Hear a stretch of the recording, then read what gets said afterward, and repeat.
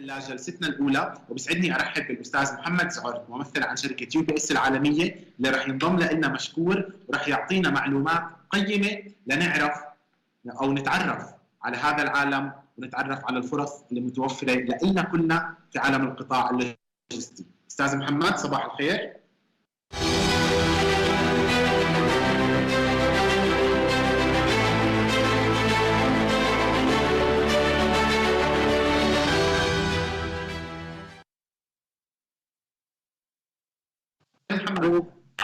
هاي تامر، كيفك؟ صباح الخير.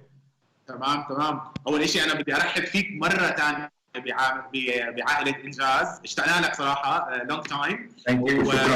شكرا وشكرا لانضمامك لنا.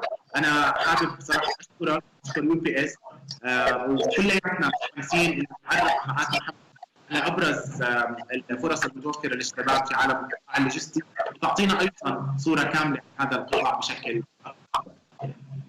اوكي تمام، ثانك يو، شكرا لك. وانا مبسوط كثير انه رجعت كمان انضميت لعائله انجاز.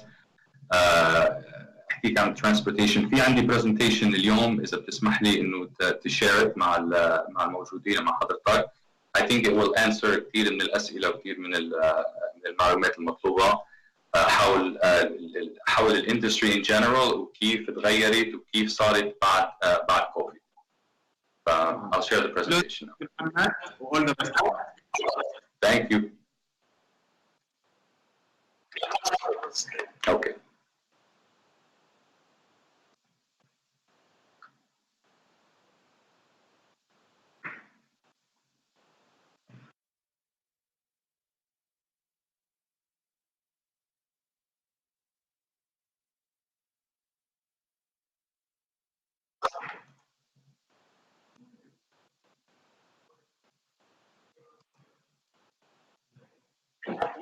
Okay, thank you so much. Thank you. Okay, well, good morning, everybody. I do apologize for the slight delay. I had a bit of a technical issue, but my name is Mohammed Zhort. I am the country sales manager for UPS, based here in Dubai. I'm here to really talk to you about the industry changes when it comes to transportation. It's something that's near and dear to my heart. I've joined UPS when I was 19 years old, and been all over the world really working in this specific industry. So I was given a set of questions that I will do my best today to cover and help answer. I want to give you first really a brief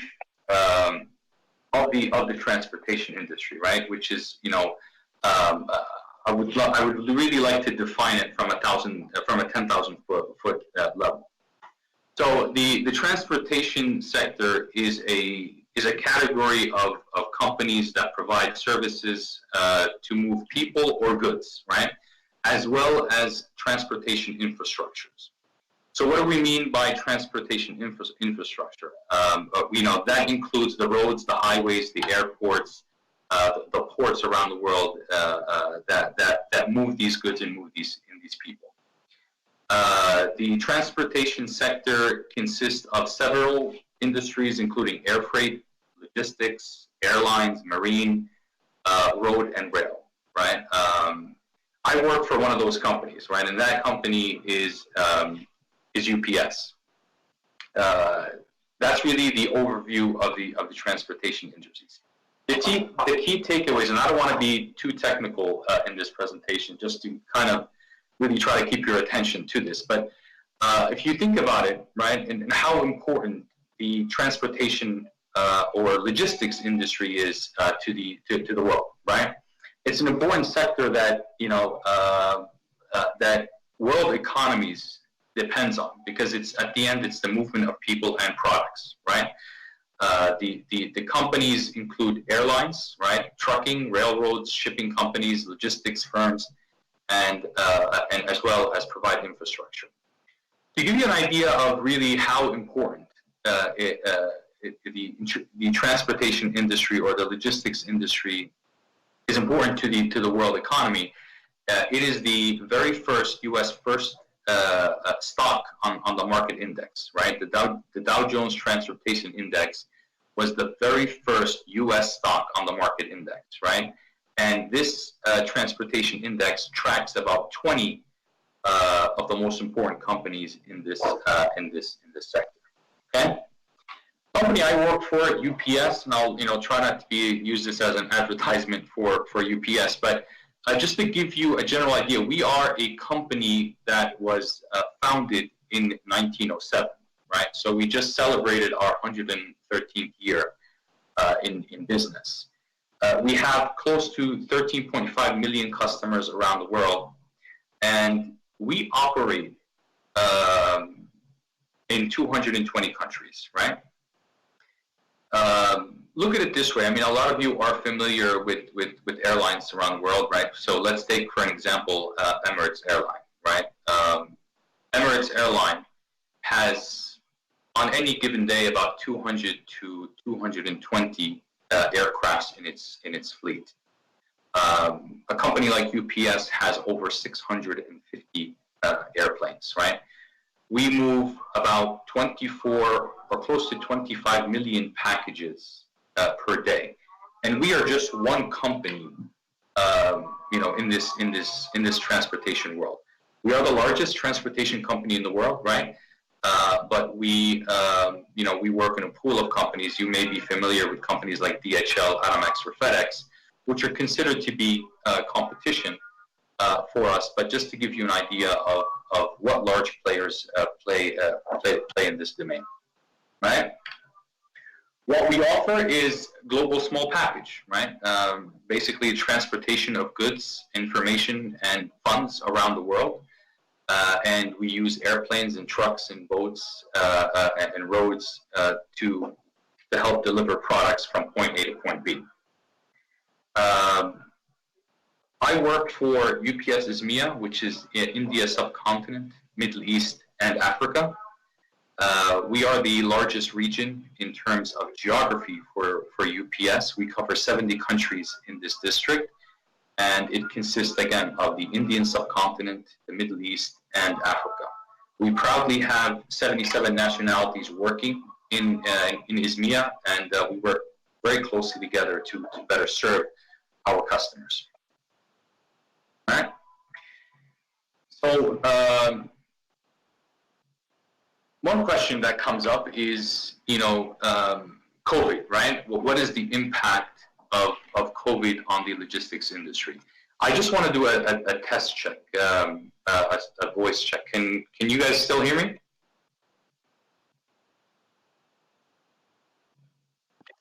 Okay, perfect. I didn't want to be talking and nobody's there. Okay, so okay, that's good.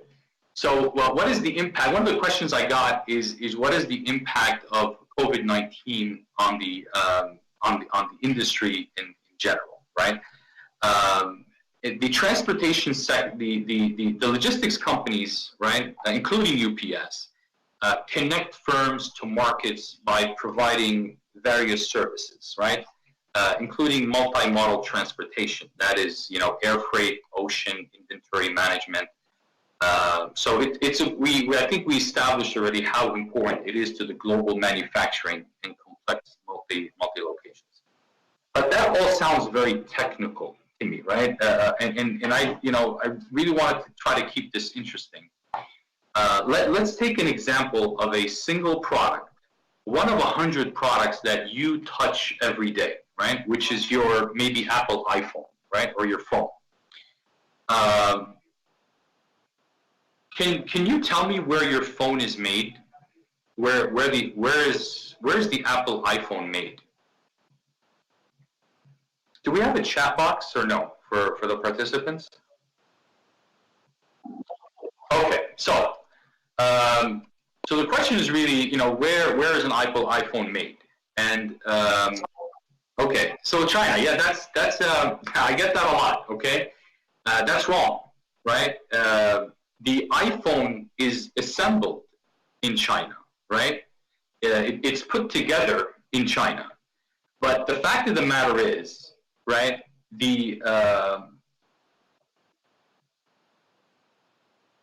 iPhone, let's look at the supply chain for an iPhone. The iPhone is designed in California, right? Somebody draws it on a piece of paper and says, this is what the next iPhone is going to look like.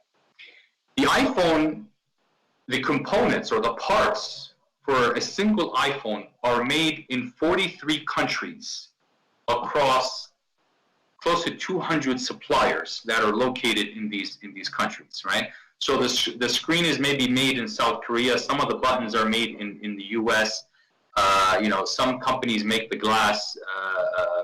Just so you can imagine, for a single iPhone, you need 43 countries, right, working together on sending their parts to a single location in Shenzhen, China, where Shenzhen, China really just takes all these parts and puts it together and makes the iPhone, right? And that's really where supply chain. I think some of the students here are economics major, right? What is the basic rule of economics? Supply and demand, right? What people don't really realize sometimes is that there is something in between supply and demand, which is called the supply chain, which is my business, which is what I do for a living. And, you know, I've been doing it for close to 20 plus years. So that is what supply chain is. So for a single piece of product, right, which is the iPhone in this case, it is made in 43 different countries, and then it is put together in a single country, and then at the end, somebody has to get it to you. Companies like UPS, FedEx, DHL, and all the other transportation companies really fill in the gap, right? That's where the gap is. We don't make anything. We don't really manufacture this iPhone or this shirt or desk, right? We are really just a company that sits in between the raw goods and the finished product, right? And this is just one product.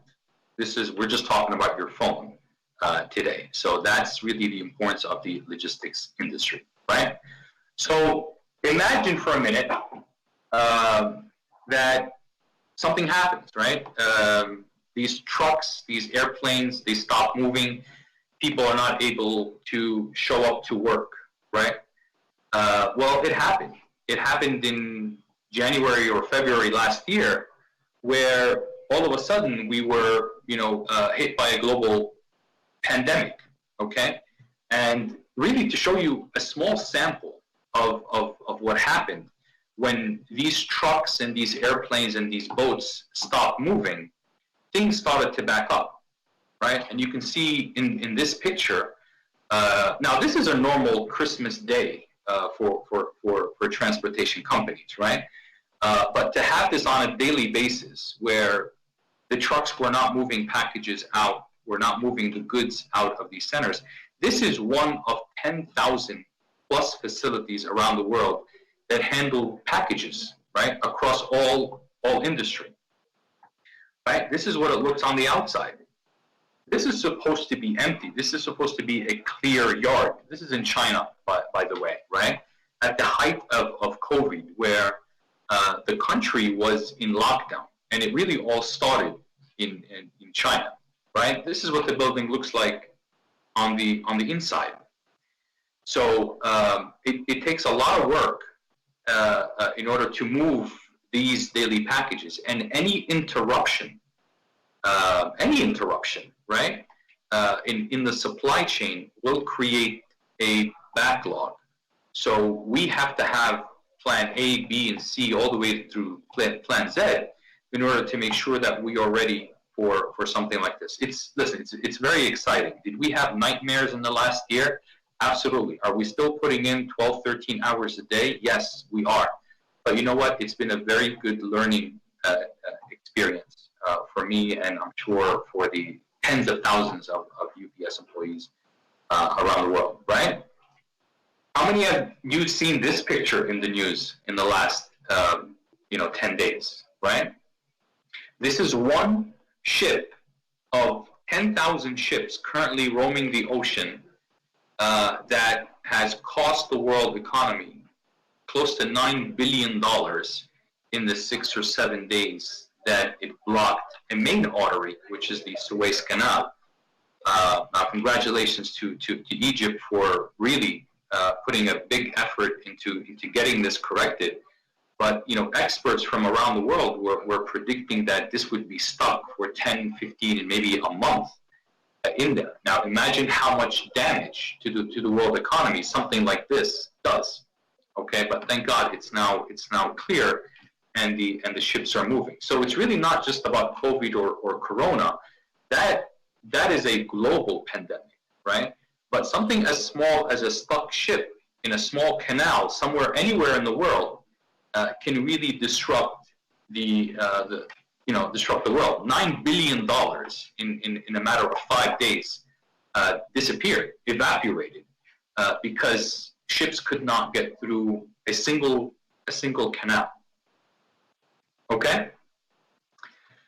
So what are the measures? I hope it's clear a little bit now about really how important the transportation, how important is the logistics industry to our everyday lives, right?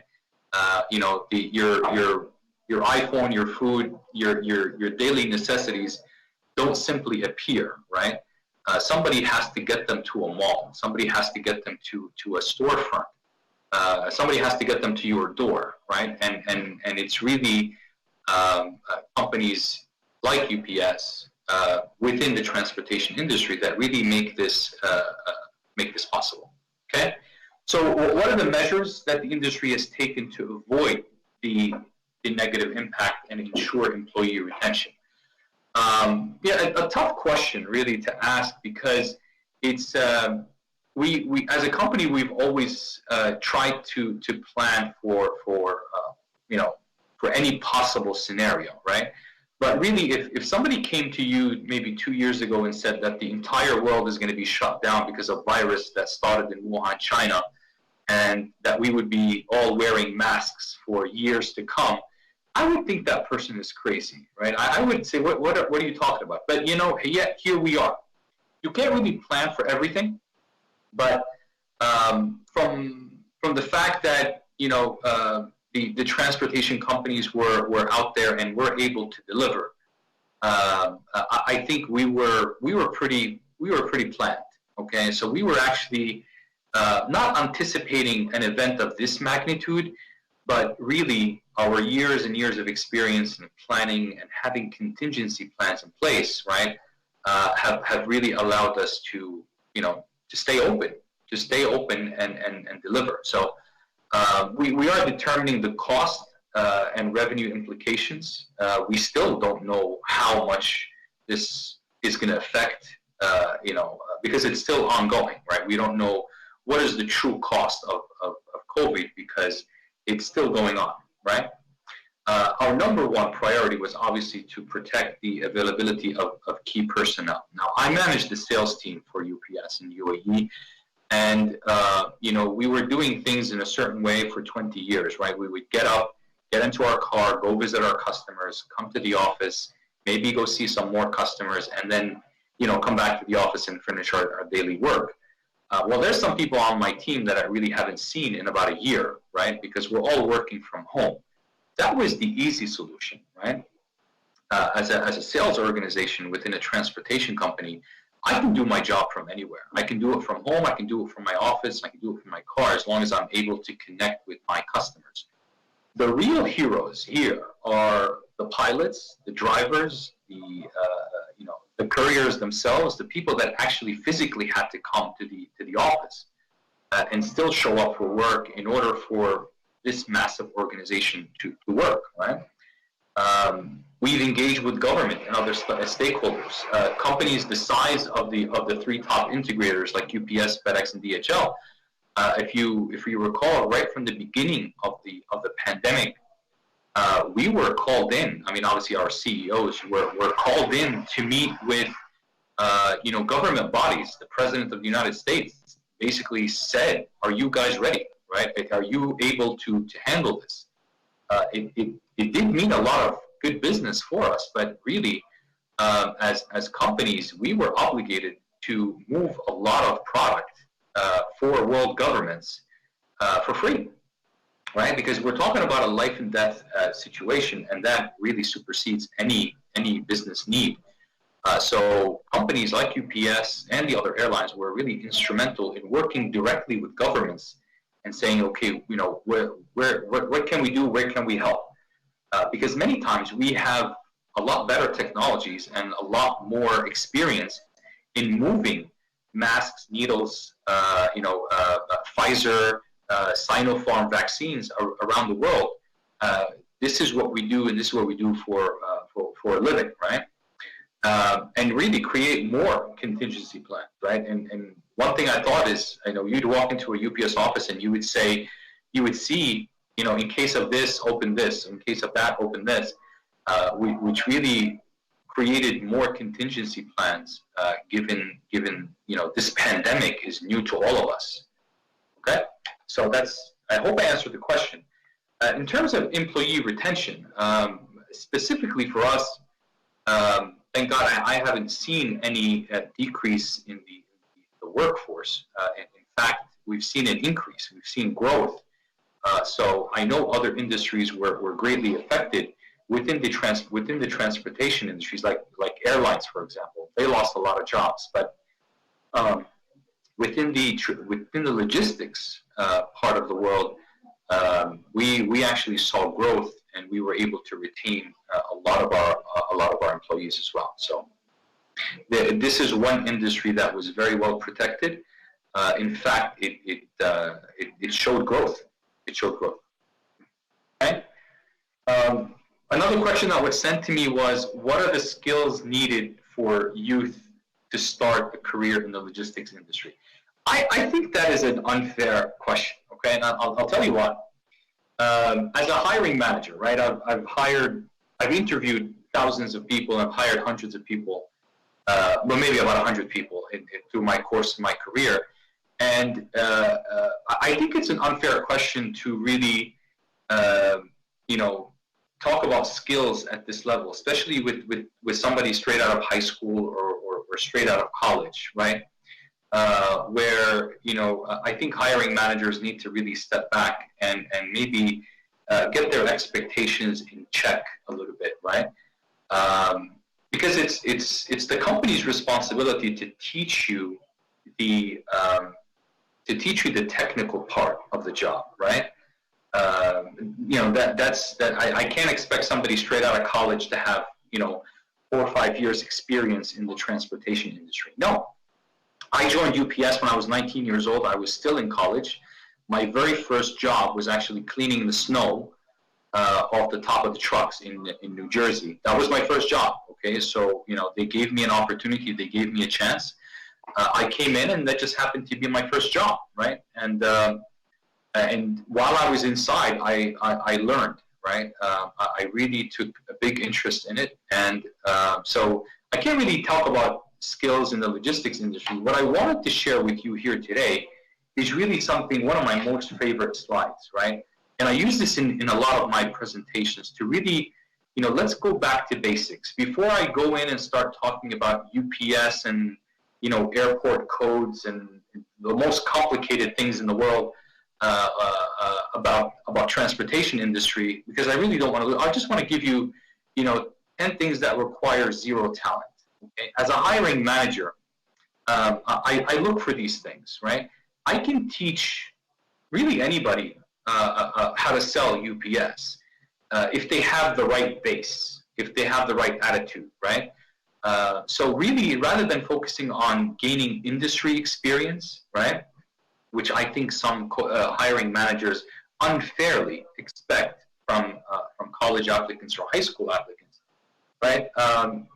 Let's start with the basics, right? Being on time, right? Forgive me, it's probably a bad example today, but be on time. If you're going to be late, that's okay. Just make sure you call somebody, right? If you show up late for an interview, that already puts a big black X or red X around you as a candidate, right? I'm respecting your time by being here on time for your interview. Best thing you can do is actually be on time yourself, right? Have a good work ethic, whether it's in your college or high school homework or a part-time job. It doesn't really matter. my first job was cleaning trucks, and I did it. I mean, I did it. I needed to do it at the time. You know, I think I had good work ethic at the time. I did it proudly, right? I showed the effort, right? That I was willing to learn. I was willing to really enter this humongous company from an entry level, right? Yes, I had a degree and I was in college, but you know, I wasn't expecting to go in there and be a manager or a director, you know, on my first day, right? Body language. Sometimes people don't pay a lot of attention to that, right? Be careful. People in an interview, they read body language, right? Does this person have the energy to do the job, right? Some of these jobs are, you know, physically demanding. Do you have the energy to do it? Are you a person with the right attitude? Do you have passion for what you're doing, right? I won't lie to you. My second job in UPS was IT. I was an IT guy. Because my degree was in computer science, and I had a minor in mathematics. It was easy, so I thought this is what I'm passionate about. But really, after a couple of months as an IT person for UPS, I hated it. I did not have the passion for that. So I immediately walked into my boss's office and said, listen, I studied this because it was easy. I'm doing it, but I really don't have the passion for it, right? So he was grateful. He was graceful enough to say, okay, what do you want to do? And, you know, after many, many years of going around from accounting back to operations, back to IT, I finally found my calling in business development, right? And that's really what I wanted to do, right? The next one here is one of my favorite, right? Being coachable. Don't pretend that you know everything, right? Be coachable. Be a sponge for information. Somebody comes and teaches you something, right? Take advantage of it. Take advantage of it. So have an open mind to change. That's what being coachable means, right? Don't cross your hands and be negative and say, no, I don't need to learn this. No, be a person that is easy to teach. Okay? Be prepared, right? Planning is not optional at any given time. Another really important message I really want to get to everybody here, given the job market, it's starting to turn around. It's starting to get a little bit better. But one thing I've learned over the course of, 20 years, is that the interview starts way before the job is posted. Because by the time the job is posted, there's about 100 other applicants applying at that time. If you see something that you're interested in the transportation industry, or any industry for that matter, right? Try to make yourself visible to that before the position opens up. Identify the individual that is going to be maybe your potential hiring manager, right? Or a person that you need to speak to about getting a job. Way ahead of the job actually being posted, right? Around the world, we offer, and UPS and other companies offer a lot of internship programs, right, for students. If you have a company that you want to work for in the future, this is the time really to say, hey, what can I come in a couple of hours a day and do some work, get some help. So when the position actually does open up, who do you think is going to have a better chance of getting it? The intern that's been actually doing the job for the last 2-3 months, or somebody that just walked off the street and said, hey, I need an interview?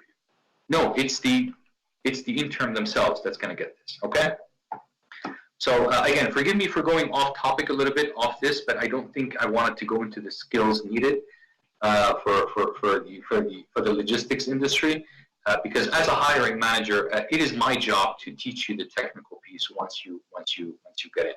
Okay, but these are skills that you can work on, and I'm sure many of you have. But this is important. These are things that hiring managers look for in a person. As soon as you sit in front of me in a chair, the hiring manager is really listening to you, but he's not really listening to you, right? They're imagining you in the position? How are you going to fit in with his or her team? And this is what, you know, some of these skills that you can work on, right? They require zero talent.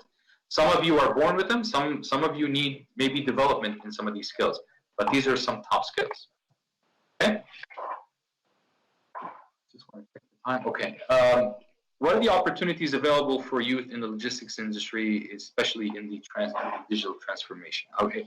A question that I get a lot of the time, right? You know, the digital transformation is not affecting this industry at all, right? In a negative matter. What the fact of the matter is, it is only improving it. We are a company that, you know, let me go back. Let me go to this slide here. So we are a company that invests $1 billion every year in technology. Let me say that again.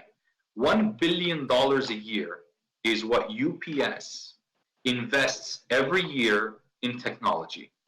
And I'm sure the other companies are doing something similar, maybe a little bit less in technology. So because I provide a service, UPS is in the service industry, right? I don't make anything, right? Any new technology that helps me deliver 25 million packages a day faster, better, more efficient is something that I would really benefit from. Okay, so when it comes to technology, when it comes to digital transformation, I am on the receiving end as a benefactor of all this of all this technology, right? We all know the rise of e-commerce, right? Especially in this region here, Middle East. Our expected growth is 25% in e-commerce, right? Let's face it, guys. Malls and regular stores are shutting down. More and more people are opting for online deliveries, and this is pre-COVID, right? COVID has only accelerated this growth, but this is a market that's expected to grow to $28 billion by next year. That's 4 times what it is right now. And we can start seeing it right now. On average, I used to receive 1 package a day here in my office or at work. Or I'm sorry, here in my office or at home. Right now, I average about 2 packages a day, 1 here at my work and 1 at home. And that's going to keep growing because now, the new technology is out there for me. Maybe I don't need to go to the grocery store anymore. I can buy everything online. That's where transportation is. So digital transformation, technology. Yes. Hello. I'm with you. Yeah. Mohammed, can you hear me? Yeah. I can hear you. Yeah. So I think, are we done? I have about, how much time do I have?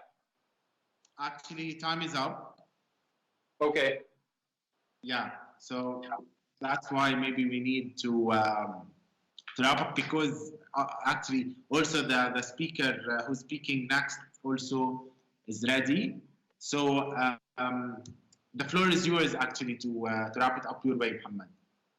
Okay, guys. Okay, thank you. Sorry about that. I know we started a little bit late, but listen, there's a lot to talk about, and really no 1-hour conference is going to cover it. So what I do really is encourage you to check us out on social media. We're on Facebook, Twitter, LinkedIn, and YouTube.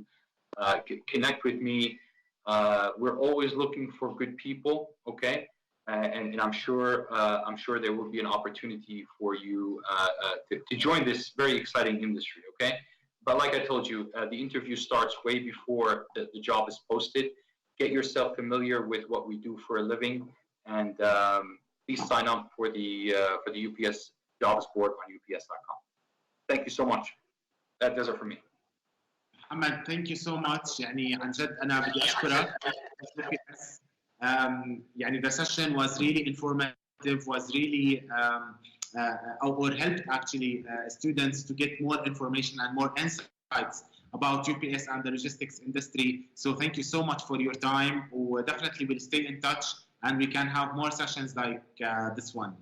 Thank you so much, Mohammed. يعطيك العافية. Bye bye.